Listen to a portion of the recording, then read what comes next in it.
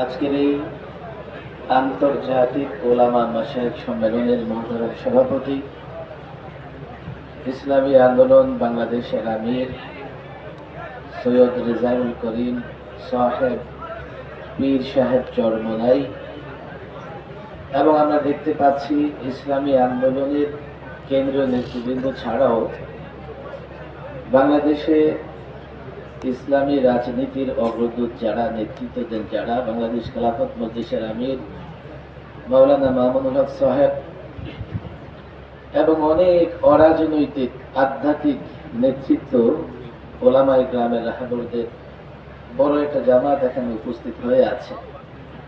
সুতরাং মাঠ পর্যায়ে আমরা যে দাবি দেখতে পাচ্ছি যে ওলামাদের ঐক্য দরকার,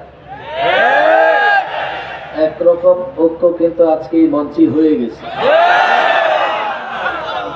এখন এই ঐক্য অটুট রাখতে হবে আর বৃহত্তম ঐক্যের জন্য চেষ্টা করতে হবে। পৃথক পৃথক ভাবে ইসলামী রাজনৈতিক সংগঠনের নেতৃবৃন্দের সঙ্গে আমি যখনই কথা বলেছি, আলহামদুলিল্লাহ, বর্তমান এই পরিস্থিতিতে সকলেই একমত, ঐক্য দরকার। মাঠের লোকেরাও ঐক্য চায়। আমি বিশ্বাস করি খুব দ্রুতই এই ঐক্য দৃশ্যমান হবে, একটা রূপরেখা তৈরি হবে।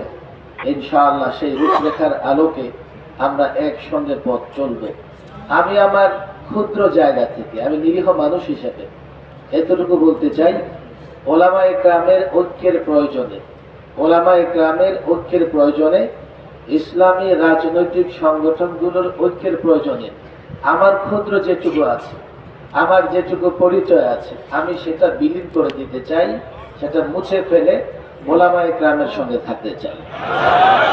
যদি আমরা এই প্রেক্ষাপটে বৃহত্তর ঐক্য তৈরি করতে না পারি, দেশের মানুষ হতাশ হবে। এবং 16 বৎসর, আমি একথা নির্দ্বিধায় বলি, 16 বৎসর সবচাইতে বেশি জুলুম সহ্য করেছে ওলামায়ে কেরাম।